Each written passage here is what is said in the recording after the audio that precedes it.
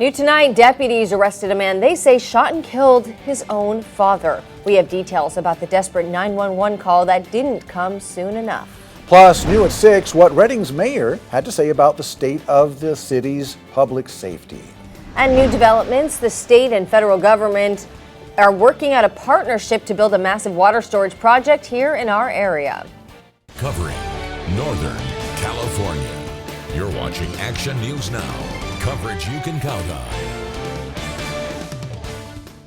The Reading Chamber of Commerce held the 38th annual State of the City event at the Civic Auditorium this morning. Action News Now reporter Blake Mayfield was there. He joins us live from Reading. Blake, Mayor Jack Munn spoke about some areas he thinks the city can improve on. What can you tell us? Yeah, Haley, Reading Mayor Jack Munz told me that he'd like to see public safety and infrastructure improve over the next year, including in the last part of his term as mayor. Currently, the city of Reading spends nearly 4/5 of its budget every year on public safety. This was Munn's first time presenting in his first year as mayor of Reading. The theme for this year's address was Transforming Reading Together. Munn says the city can do just that, with new projects on the way like the Reading Public Market, the Sierra Pacific Regional Cancer Center, and the revitalization of downtown.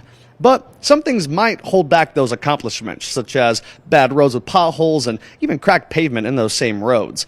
Munn says it's one of his biggest priorities in helping improve Reading over the next year. As you saw, probably Hartnell's been paved, a lot of it, so we need those things. I mean, the business community is thriving, doing well, so just keep moving forward. Now, in addition to city needs, Munn says he's looking forward to passing along his title of mayor to someone else on city council. So far, only Vice Mayor Mike Latah and Dr. Paul Danuka are the only two to not serve in the role yet. The next mayor will likely be announced here in mid-December. Reporting live in Reading, I'm Blake Mayfield, Action News Now. Thanks, Blake. This was the second year in a row the State of the City has been held at the Reading Civic Auditorium after years of virtual events due to the pandemic. Here's a live look from Alert California's Flea Mountain camera showing Butte County, blue skies overhead for your, gosh, is it Tuesday? I was just on vacation. It feels like Monday. Yeah, welcome to me. back. Yeah, I hope you had a good weekend, great. 4-day weekend. Howie and I was going to say Howie and I stuck around doing all the work, but Howie was golfing yesterday, so I'm the only hard worker around here, Howie. And Howie, the weather here is better than by the beautiful beaches in San Diego where I was. Wow. I'm happy to be home to the sunshine. Clouds down there, a lot of clouds, or cool or both, right? Yeah.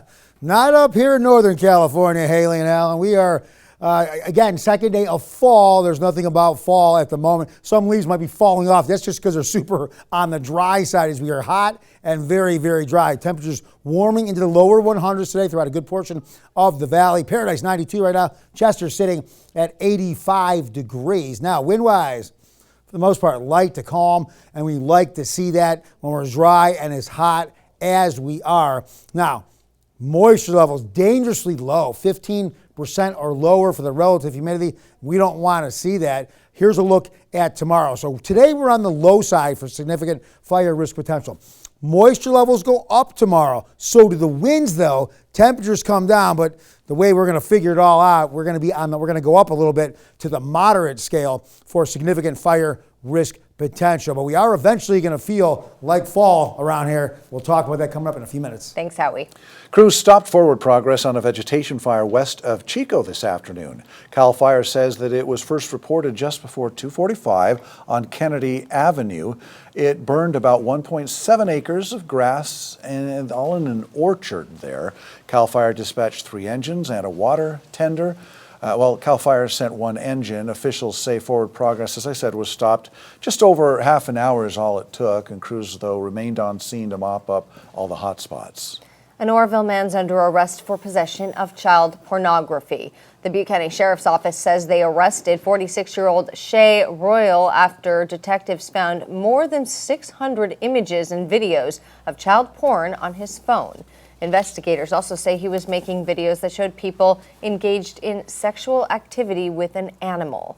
The investigation is ongoing, and the Sheriff's Office asks that you call them if you have any information. We're learning more about the impact of Glenn Medical Center closing its emergency department on September 30th. 3 weeks earlier than had been planned. Now, we told you yesterday when the hospital cited staffing shortages as the reason for that earlier closure.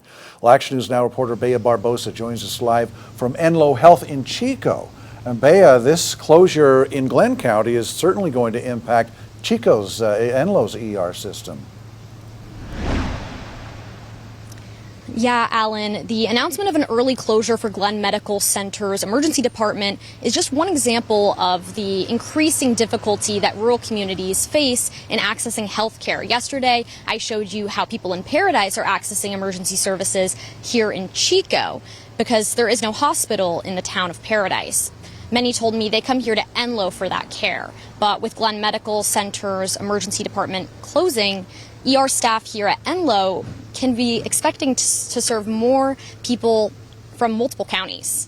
I reached out to Enloe Health for more information on how they will be accommodating an increase in patients following this closure. Enloe Health officials said in a statement that they are concerned about the closure and are continuing to review available resources to ensure their readiness to absorb this anticipated increase in patients coming into their emergency department. The statement also said that they anticipate Glenn County leaders will be working with the owners of Glenn Medical Center to determine a path forward to serve people in Glenn County. Enloe does provide air ambulance services to transport patients within a 75-mile radius of Enloe Health. That does include Glenn County, and it also offers air ambulance memberships, which they say assures members wouldn't have to pay out-of-pocket costs in the event that they do need those flight care services. Reporting live in Chico, Bea Barbosa, Action News Now. Thank you, Bea. The Willows Fire Department, by the way, announced today that it will be expanding its services to include an advanced life support non-transport program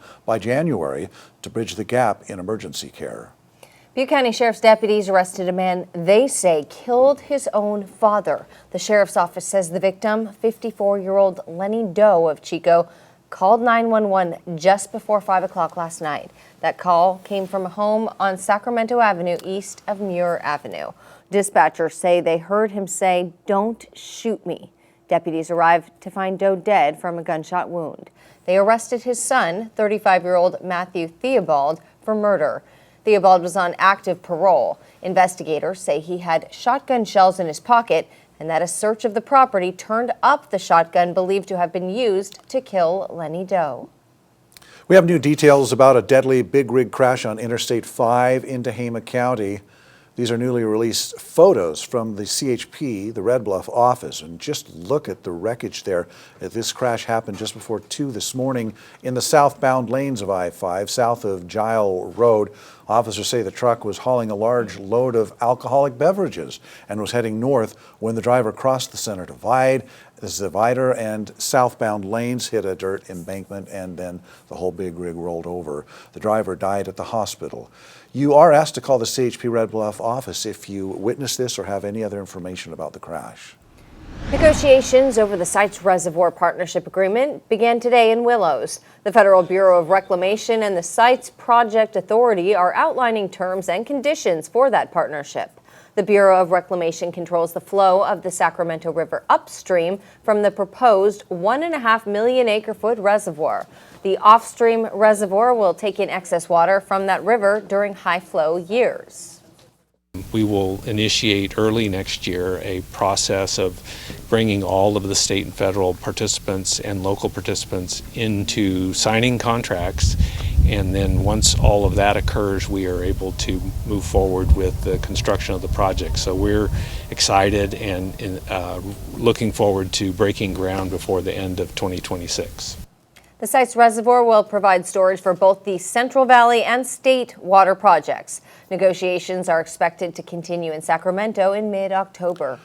A large prescribed burn in Tehama County gave CAL FIRE crews some trouble today when it spread outside of control lines. Now, this is a look at the plume today from an Alert California camera, the Tom Head lookout camera. The 1,200-acre burn is taking place off Collier Springs Road north of Paskenta and west of Red Bluff. Crews were able to quickly contain the flames that spread outside the boundaries this afternoon. Burning operations are expected to wrap up Thursday. New at 6, crews are conducting a prescribed burn in Siskiyou County.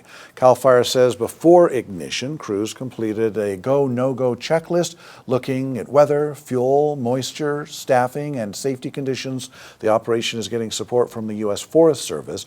In addition to reducing hazardous vegetation, CAL FIRE says these burns also provide valuable live fire training for firefighters. The prescribed burn is in the Butte Valley area off of Red Rock Road in Siskiyou County. Smoke may be visible from McDowell and Tennant depending on wind direction.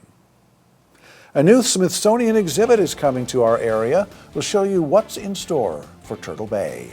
But first, Governor Gavin Newsom is set to appear on the Stephen Colbert Show the same day Jimmy Kimmel goes back on air. We have those details straight ahead.